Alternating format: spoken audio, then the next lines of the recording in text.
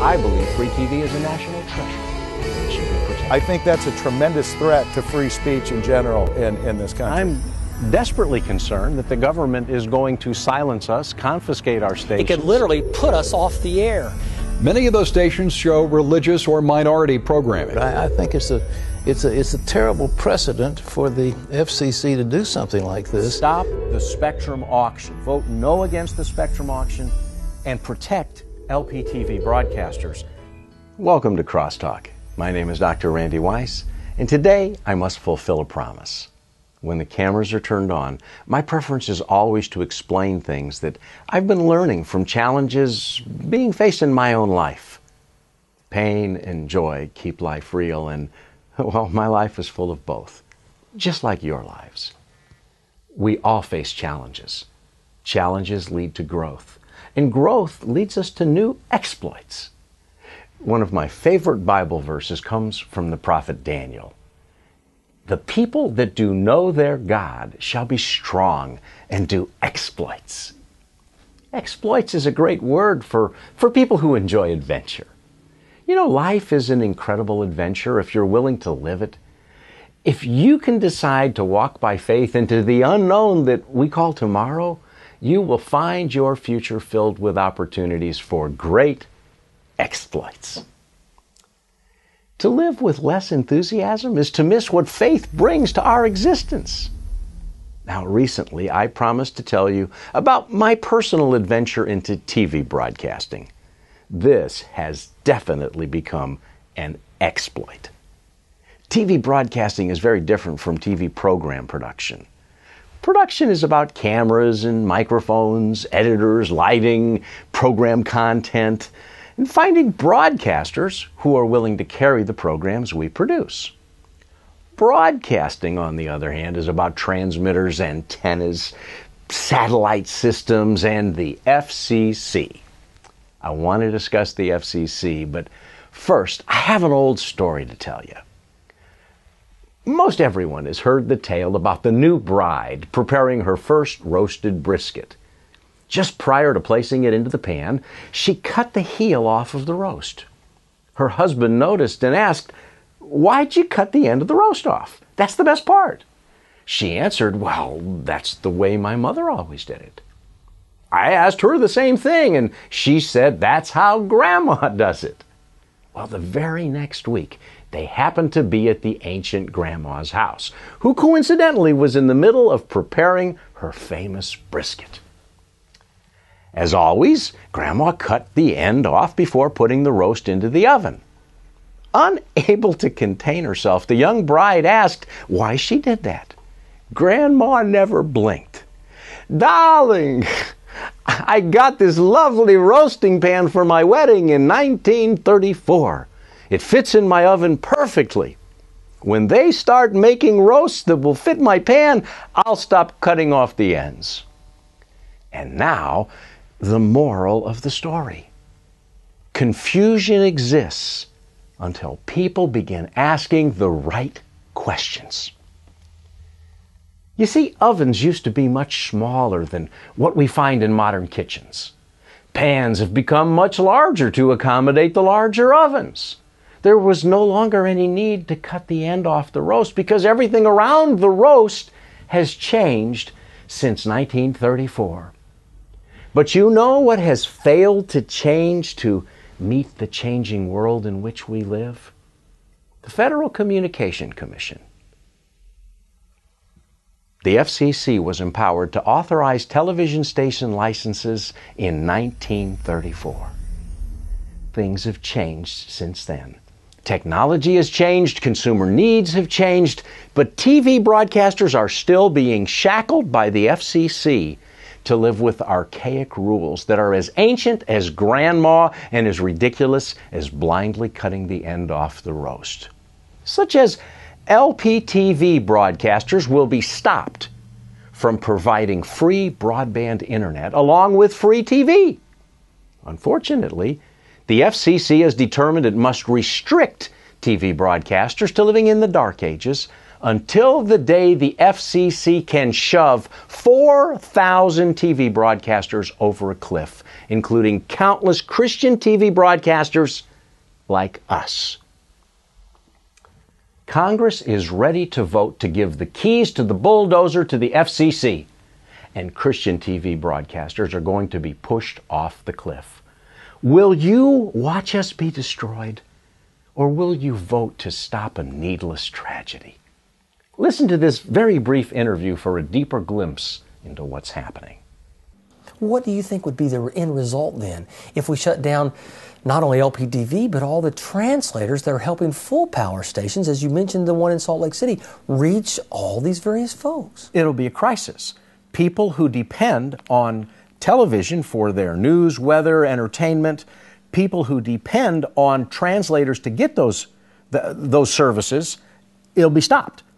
The station in Denver, I use Denver as an example, they send their signal out to the Denver metropolitan area. Then there's a mountain, there's a receiver that picks it up, and then there's translators that send it to across the next valley to the next mountain. Another group of translators picks it up at the next mountain. And that's how rural and Western America receives their television. It's a national network that is broadcast out of a major city, but it is the service of literally thousands of translator stations across America that deliver the signal into the communities that don't have access because of the way the terrain is, the way the lay of the land. They require translators to deliver their programming, and Congress is ignoring it.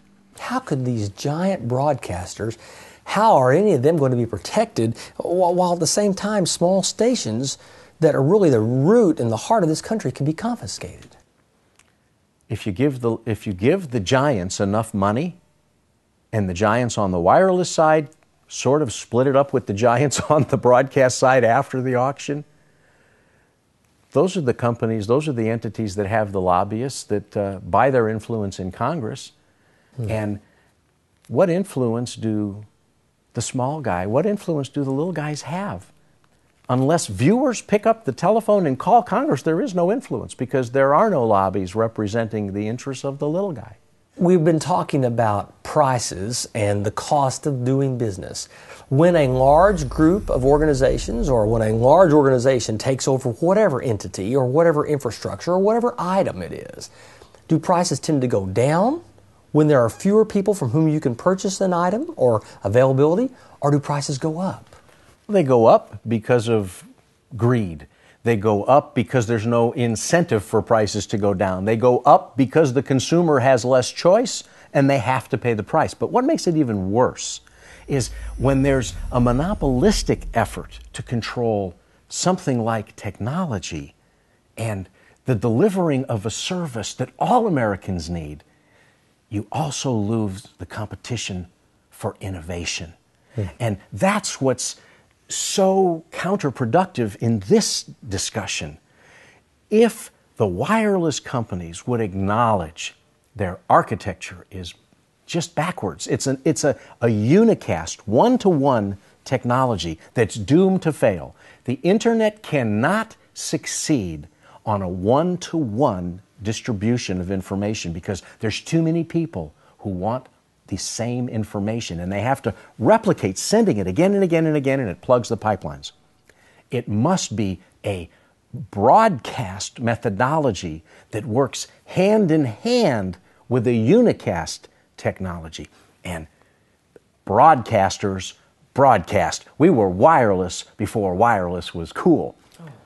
When you take the opportunity to communicate and you remove it from, as you just said, thousands of different portals, thousands of different points of contact, and you deposit it in the hands of just a few, the danger then becomes that they can control the messages and they can control who receives them.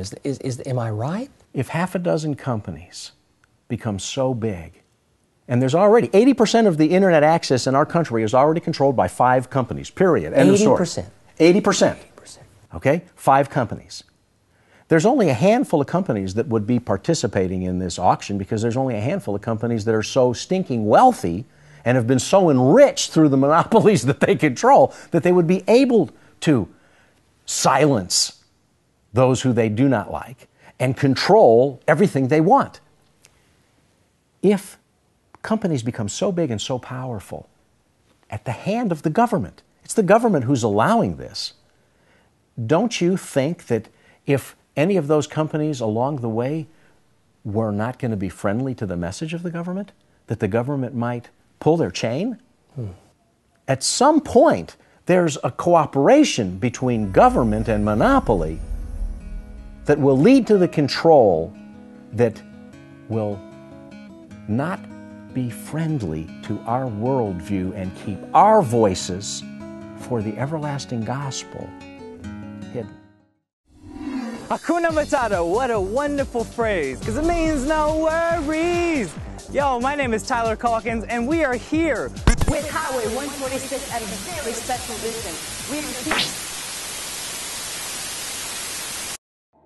This formerly free TV channel has been confiscated by the federal government, so a wireless monopoly can begin sending you another monthly bill. This very scene could play out in your living room. Do you want free TV and broadband? Then let your voice be heard. Visit www.freetvandbroadband.org and follow the instructions on the site to print, sign, and mail your letter to Congress. With enough participation, we can help protect free access to community television and local broadband and keep this from happening to you. www.freetvandbroadband.org. The federal government and the FCC appear to be having a love affair with the wireless industry. But it's not true love. It is clearly love for sale. There's a name for that behavior, but I wouldn't use it on over-the-air television. You see, we have rules to keep the airwaves fit for families who don't want to have their children bludgeoned with vulgarity, nudity, and the sort of filth that comes from uncensored, unregulated, uncontrolled video distribution sources. I like those regulations. I think TV broadcasters should live up to a responsible standard of conduct. I just wish our government and the bureaucrats they hire would stop pandering for those wireless monopolies who want to rob LPTV broadcasters of their TV licenses that allow us to provide free TV services that 66 million Americans enjoy. And worse, the government should discontinue their efforts to stop us from providing the exciting new mobile and wireless services that the citizens of America want. The wireless monopolies should have some competition.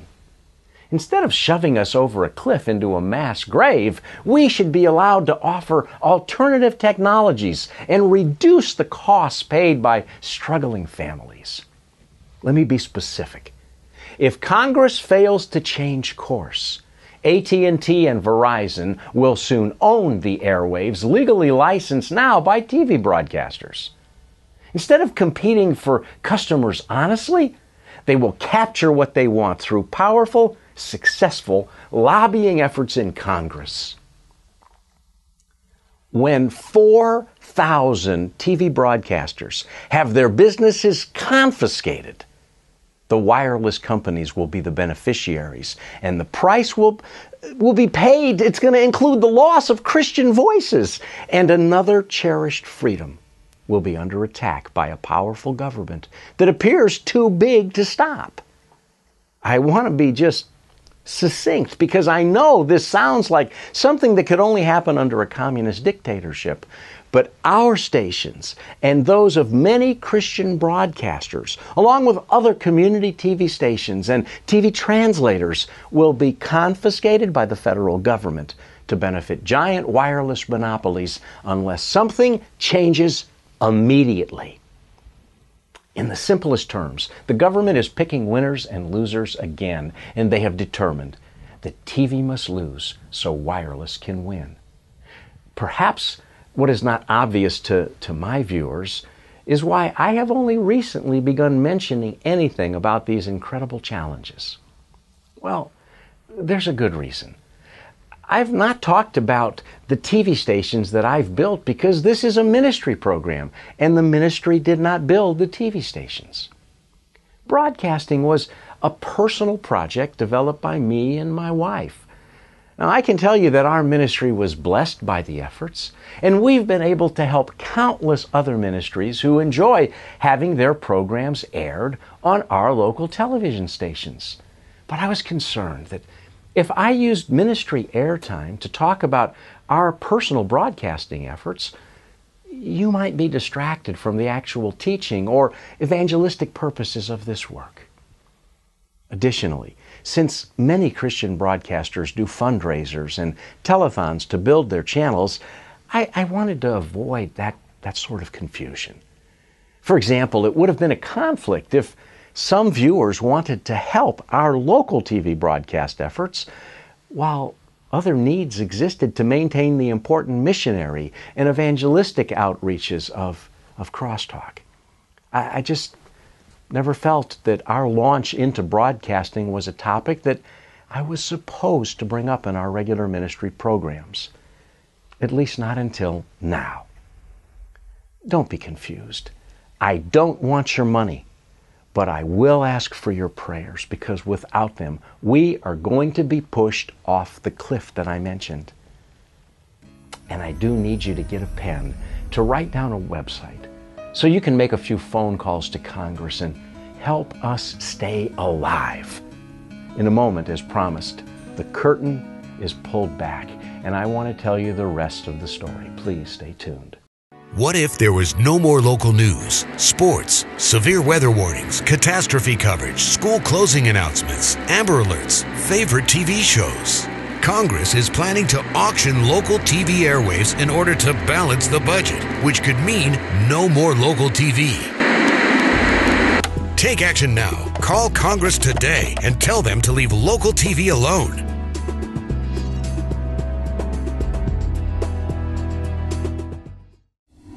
Hakuna Matata, what a wonderful phrase, because it means no worries. Yo, my name is Tyler Calkins, and we are here with Highway 146 at a very special edition. We are here. This formerly free TV channel has been confiscated by the federal government, so a wireless monopoly can begin sending you another monthly bill. This very scene could play out in your living room. Do you want free TV and broadband? Then let your voice be heard. Visit www.freetvandbroadband.org and follow the instructions on the site to print, sign, and mail your letter to Congress. With enough participation, we can help protect free access to community television and local broadband and keep this from happening to you. www.freetvandbroadband.org. Fear not. Those words echo in my spirit. The people that do know their God shall be strong and do exploits. Thanks for staying tuned. This is Crosstalk. My name is Randy Weiss, and I want to welcome you to the adventure. I have complete confidence in the Lord's ability to deliver. But if He fails to intervene, Congress will act to the detriment of broadcast television. Without God's help and your voices, the federal government will soon confiscate our Christian TV stations, along with 4,000 other small TV stations and translators, many of which, like ours, broadcast family and Christian programming. And since my wife and I have been quietly pouring our lives into this pursuit, we have a personal stake in the destruction planned by our government. Now, since all of this is probably news to you, and since most of you were not aware that we were even involved in the adventure, I want to give you a little personal history. Actually, our broadcasting adventure began in 1999.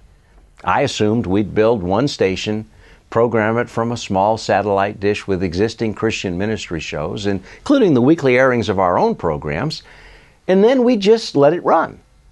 We had counted the cost, we had reasonable estimates of the expenses to maintain a very humble operation, and we had a plan to keep the monthly costs manageable from income we generated through my day job, as a small town grocer.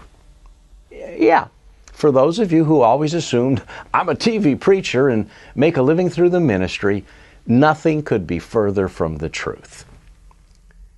I have never received a paycheck from the ministry. Vocationally, I run a grocery store in a community populated by 3,700 wonderful people.